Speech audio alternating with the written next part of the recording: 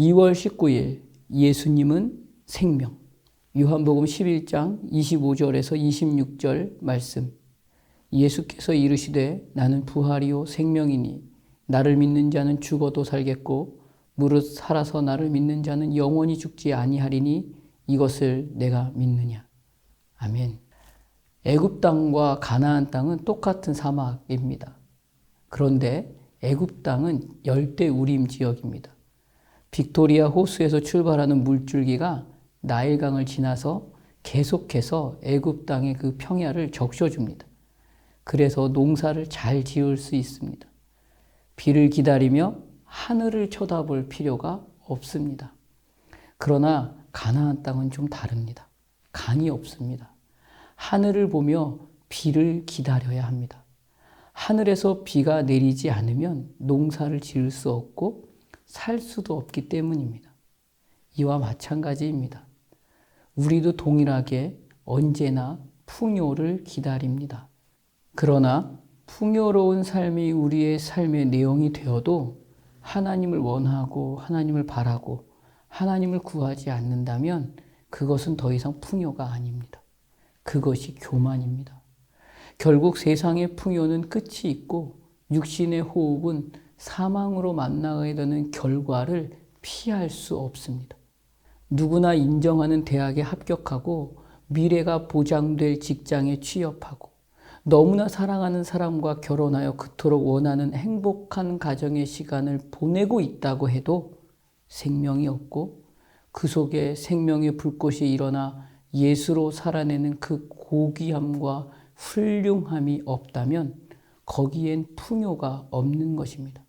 그것이 교만이기 때문입니다. 합격과 취업과 행복한 가정이 세상의 가치 안에서 자랑이고 도움이고 박수받을 일로 더 높은 목적을 향한 소망으로 하나님이 목적하시는 사람으로 오늘을 살아내는 것이 풍요입니다. 다스리고 누려야 하는 자들의 영적인 정체성과 질적인 책임의 고귀함을 훌륭함으로 드러내야 합니다. 여기에 우리의 진정한 합격이 있는 것입니다. 여호와의 영광이 온 세계에 충만, 이것이 목적이 된 내용으로 채워진 합격이어야 진정한 합격입니다. 그럼에도 오늘 우리의 시간은 요한복음 11장에 등장하고 있는 마르다와 같이 육신의 호흡이 멈춘 그 죽음이 최고의 권력이고 힘이고 두려움으로 가득한 공포입니다. 그래서 예수님께서 죽은 나사로를 살려내신 것은 죽음이 운명이고 절대 권력인 세상에 예수님이 등장하셔서 권력이고 힘이고 두려움이고 공포인 그 죽음이 예수 안에서는 의미가 되지 않음을 선언해 주시는 사건입니다. 하나님께서 세상에 있는 하나님의 사람들을 사랑하심으로 보여주신 그 끝까지의 그 사랑으로 그분의 뜻을 완전하게 이루시기 위해서 권능과 인내와 긍휼과 자비와 신실하심과 거룩하심을 두고 약속하신 것입니다.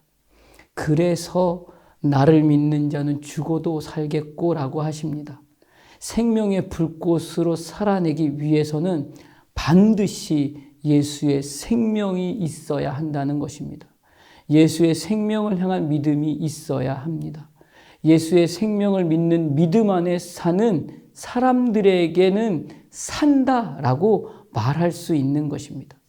생명이 사망을 이기는 세계에 살고 있으며 영원한 생명의 세계에서 산다라는 말이 바로 산다라는 의미입니다. 육신의 호흡이 멈추지 않는다라는 말이 아닙니다.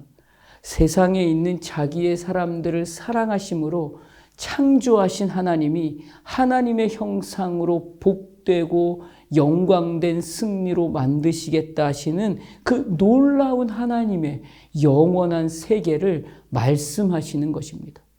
그래서 예수님이 나사로를 살리셨다면 죄와 사망의 비극과 절망과 공포에서 영원한 생명으로 예수의 생명으로 우리도 구원하여 소망과 승리 속으로 부르셔서 예수의 생명을 생명의 불꽃으로 살리신 것입니다. 이것을 믿느냐라고 하시며 오늘 우리에게도 예수의 생명으로 살아내는 그 믿음을 요구하고 계십니다.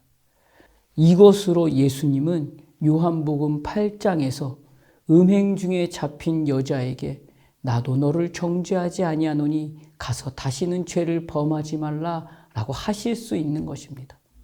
이런 죄를 지으며 비참하고 훌륭하지 못하고 고귀하지 못한 시간을 인생으로 살지 말고 하나님이 예수의 생명으로 허락하신 그 영원한 삶을 살라는 초대를 하고 계시는 예수님의 설득입니다.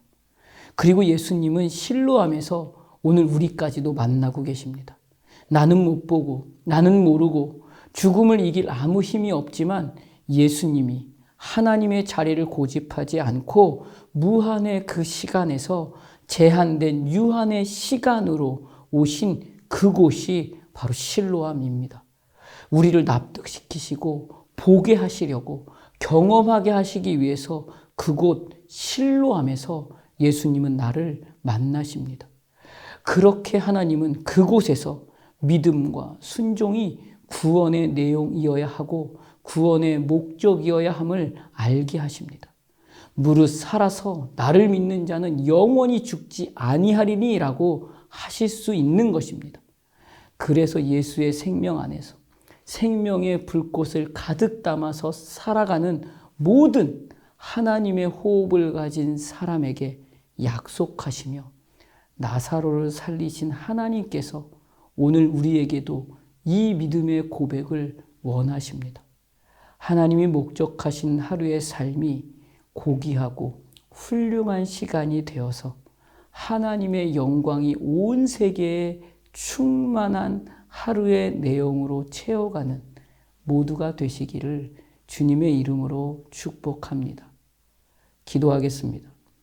하나님, 오늘 우리의 시간과 현실이 얼마나 복되고 존귀하며 고귀한 시간인지 말씀을 통해 확인합니다.